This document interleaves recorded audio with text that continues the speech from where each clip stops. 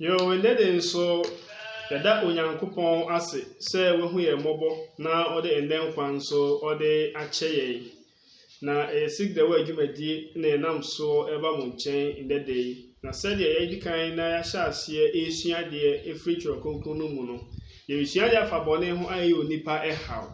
na esua de hunu se de bone etie na ya de sua mu ye hunu se de entini biara bone ana bone mrato oni papa no nyero bone de mano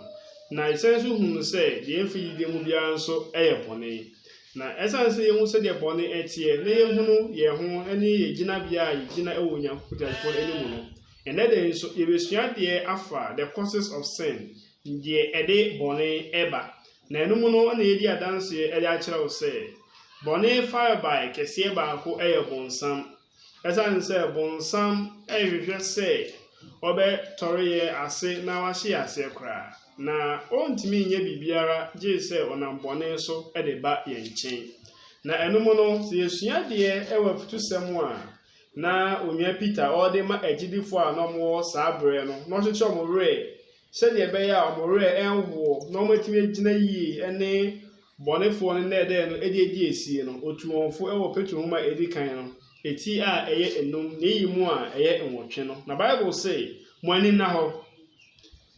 monwen efrise motam konsam nam se jata a obubo mu hwehwe di obenya no amene eno nti sa verse yara ka che yen se akobi wo ho ntokwa bi wo ho a yereko obonsam no hwehwe onam se jata obubom eno nti ewo se me no mienu yema yeni eda ho na mama yesu ade kakra emfa obonsam ho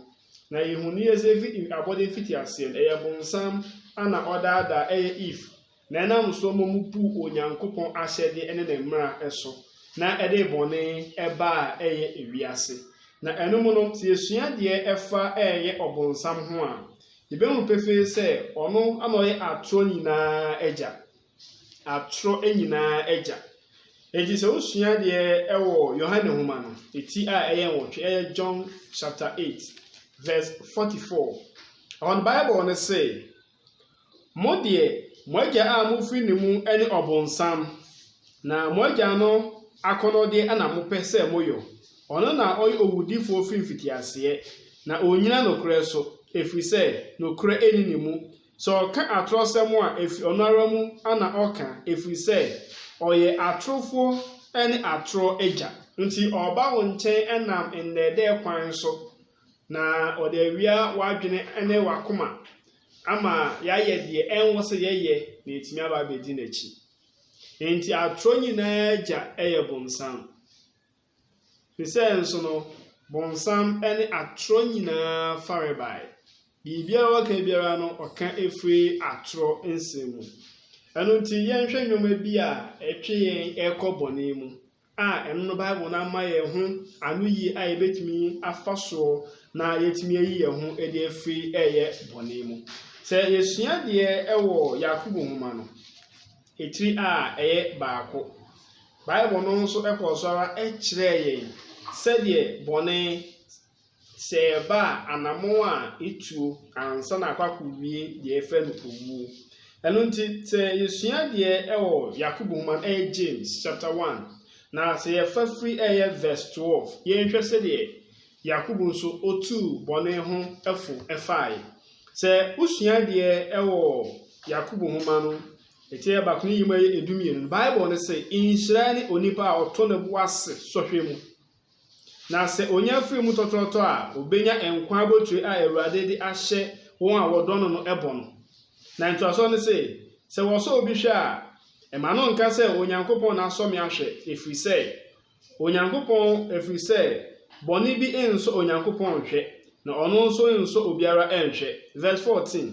na se wo so obiara hwe a na yo ono ara akono a egegye na edada no ana eso no hwe na akono no nsen a ewo bone na bone no wie nyini a ewo owu enti Yakobo de ode bai se de obi ko ensano bia na ohia ase no na kakra sa na fei wabro from no se nso ana Yakobo kasa fa bone ho se hia ase free baabi because obedi ka atwa atro na atoro no nso aba abɛyɛ hɔ na ɛde wo ɛɛkɔ enti ahase no nso ɔde bɔne no ɛto ɛyɛ awoɔ ho sɛ ɔba bɛfa afuru na yɛfuru no bɛnyina kɔdu mpɛmpɛnsuo bi na afei ɔbaa no akɔ awoɔ so na wawoɔ ɛno nti Bible no sɛ ɛyɛ process ɛyɛ procedure nti sɛ bia wobɛfa girl bi na wobɛhyɛ girl no nyam na wadaadaa no so nom aduro yingu na ɔkɔkɔ nom aduro no na afei nso obɛwu ɛwɔ saa kwan no so nti ɛhyɛase afi baabi adwaman no mu na ɛso didi mu saa ɛde owuo ɛyɛ honam wuo nso ɛde baa nti sɛ yɛhwɛ honhom mu kwan so deɛ a ɛyɛ na saa ana bɔne nso ɛde ɛteɛ nti saa kwan mu no yɛhunu kwan a bɔne no ɛfa so ɛde ɛba na Yohane deɛ ɛbrɛ a na otu ɛyɛ agyidifoɔ no ɛfo no ɔmo te aseɛ sɛ nneɛma bi wɔ hɔ a ɛde onipa ɛkɔ ɛyɛ bɔne mu nti sɛ esua deɛ wɔ Yohane nhoma edi kan no etu ɛyɛ mmienu ne mu ɛyɛ edu nsia no 1 John chapter 2 verse 16 na sɛ esua deɛ de free ɛyɛ verse 15 no sɛ mo no wiase anaa nneɛma ɛwɔ wiase sɛ obi do wiase a agya ne dɔ ɛne ne mu enti odi kan bɔ ɛkɔkɔ sɛ ɛma yɛ no wiase anaa nneɛma a ɛwɔ wiase na sɛ obi do wiase a agya ne dɔ ɛne ne mu ɛno nti sɛ yɛtoa so a Bible ne sɛ na deɛ ɛwɔ wiase nyinaa honam akɔnɔ enti ayɛ baako ebetimi de yakɔ bɔne mu no ɛyɛ honam akɔnɔ ɛna ebetimi de akɔ bɔne mu na sɛ yɛtoa nkasa no so sɛ honam akɔnɔ ɛne aniwa akɔnɔ ɛne asetena mu ahowahoa ɛmfiri agya no na emom efiri wiase enti deɛ di kan no ɛyɛ honam akɔnɔ ɛne aniwa nso akɔnɔ enti kawe yɛ mefɛ fine ɛyɛ ɔfɛ ɛnyɛ bɔne so na emom sɛ otu anamon bie ne kwan sɛ otuo sɛ de bɛyɛ wɔn sa bɛka saa kaa no afuo wei deɛ nkɛmme na ɛwɔ sɛ ɛyɛ me dea nti sɛ aba bɛdi wo nsɛm deɛ akwan bi a mɛfa so a mɛyi wafiri wɔ ama aba bɛyɛ me dea no mɛyɛ ɛno ɛna ɛde wo kɔ bɔne mu nti Bible ne sɛ honam akɔnɔ aniwa akɔnɔ ɛne asetena mu ahohoahoa mewɔ wei sin ɔbɛnten ɛno ɛna ɛde yɛn kɔ ɔhaw mu nti ɛma yɛn no wiase anaa nneɛma ɛwɔ wiase no na Onyankopɔn ɛnam n'asɛm so ɛka kyerɛ wankasa ɛno ntimi nkɔyɛ adwuma ɛyɛ wakɔ ho so obi fie ɛfɛ wani ɛgye ho Nyankopɔn asɛm no nkasa nkɔyɛ adwuma nkɔnyɛ sika nkɔsi bi daabi na mo se nneɛma ɛwɔ wiase ɛma yɛn no ɛne aniwa akɔnɔ honam akɔnɔ ɛne asetena mu ahohoahoa ti saa nneɛma wei ɛde nipa ɛkɔ bɔne mu ɛno nti moma yɛnhyɛ no ɛwɔ ɛbrɛ a yɛresua bɔne ho asɛm no nti obi wɔ hɔ a ɔsɛ me deɛ mesum Nyankopɔn wɔ akoma mu nti ɔyɛ bibia na ɔka kyerɛ ɔsɛ me deɛ makoma mu na mede sum Nyankopɔn na moma yɛnhwɛ akomako a yɛde sum Onyankopɔn sɛ wosua deɛ ɛwɔ Matthew nhoma no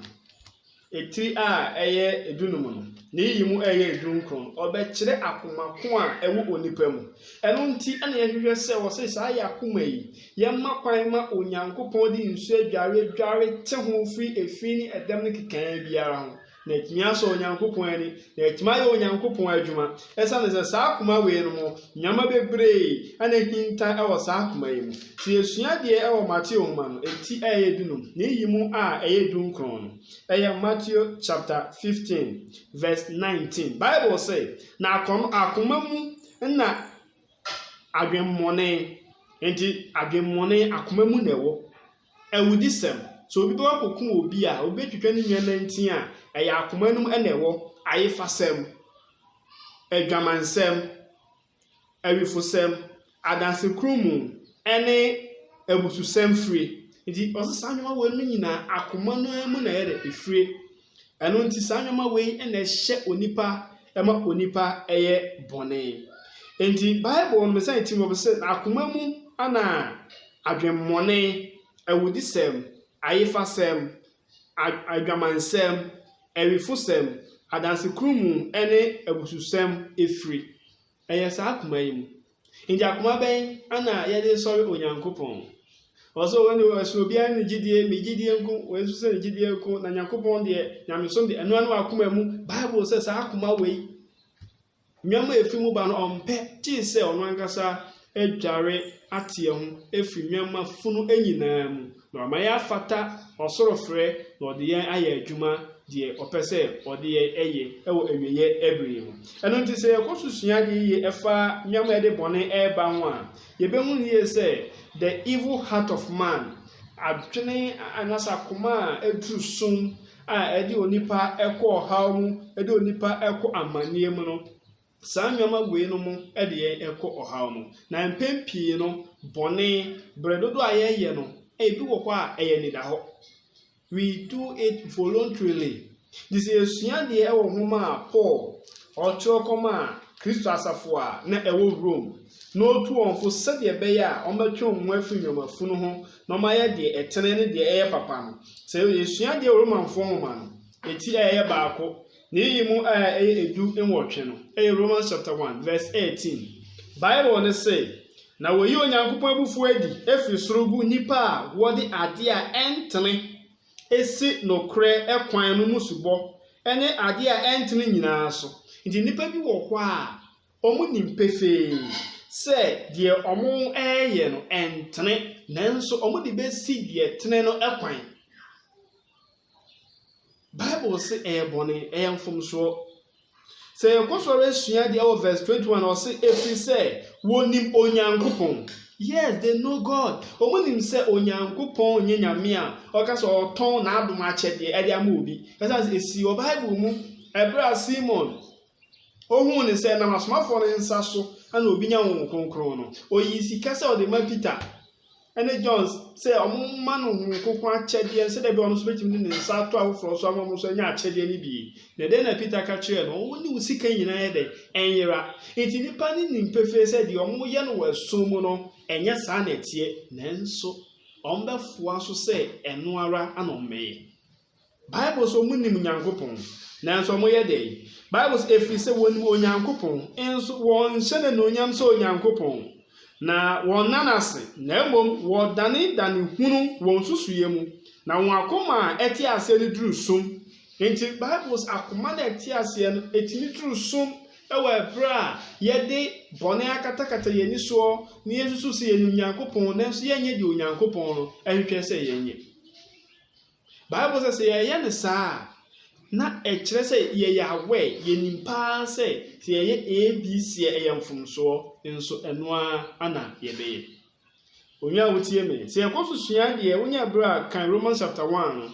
na sɛ wosua deɛ wɔ verse 28 no so Bible sɛ na sɛdeɛ wɔn mu sɛ wɔbɛkorɔ Onyankopɔn wɔn nimdeɛ mu nti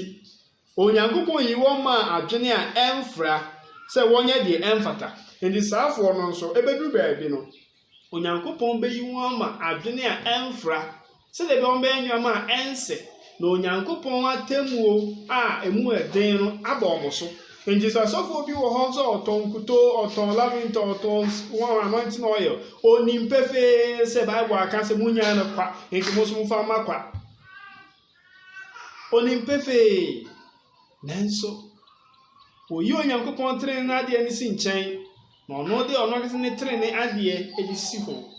susu sɛ ɔyɛboa Nyankopɔn ɛwɔ ne dwumadie mu nanso ɛnte saa de biara da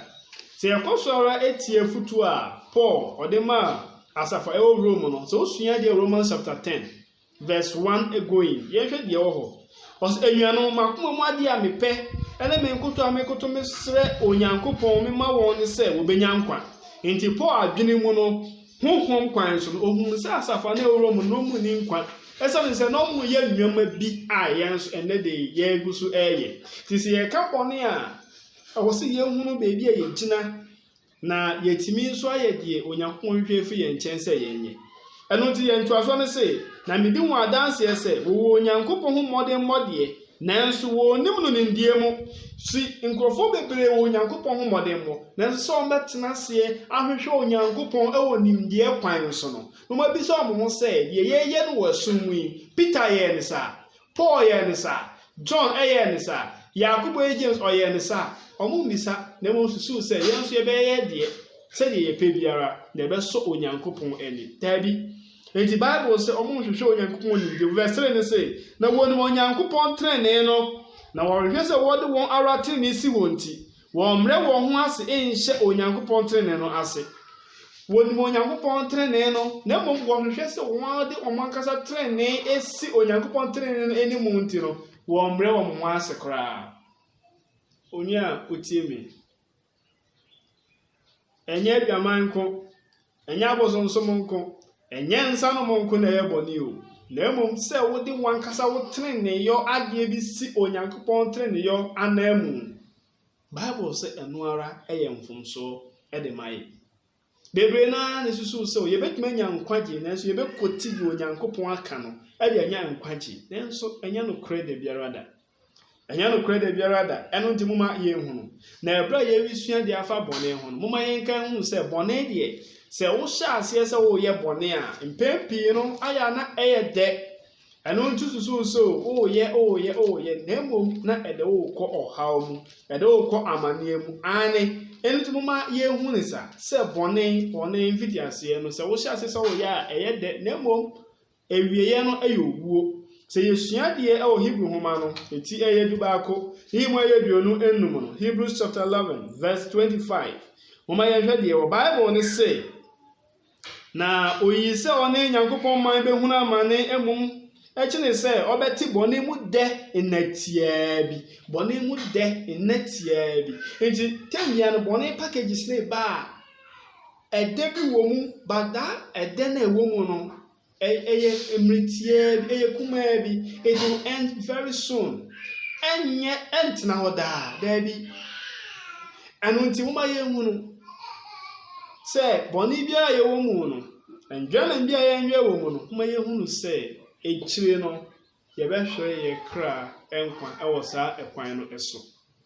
onyankopon hu ye mobo no kan no ma ye ntiase se ebere biara ye ye nwoma bia eye aniwa akono honam akono asetema ho awo abiara no yenkan hu se obonsam asoi ntokwa kese we yeso pese ogie fo onyankopon enchen na momoma yengina yie sede be ya yebetimi ene obonsam ne nede no ediesi na sede ye nyankopon no eye nkunimdefo na Yesu Kristo tumi nyina awura ene no obeboa ye agye akoda enkwan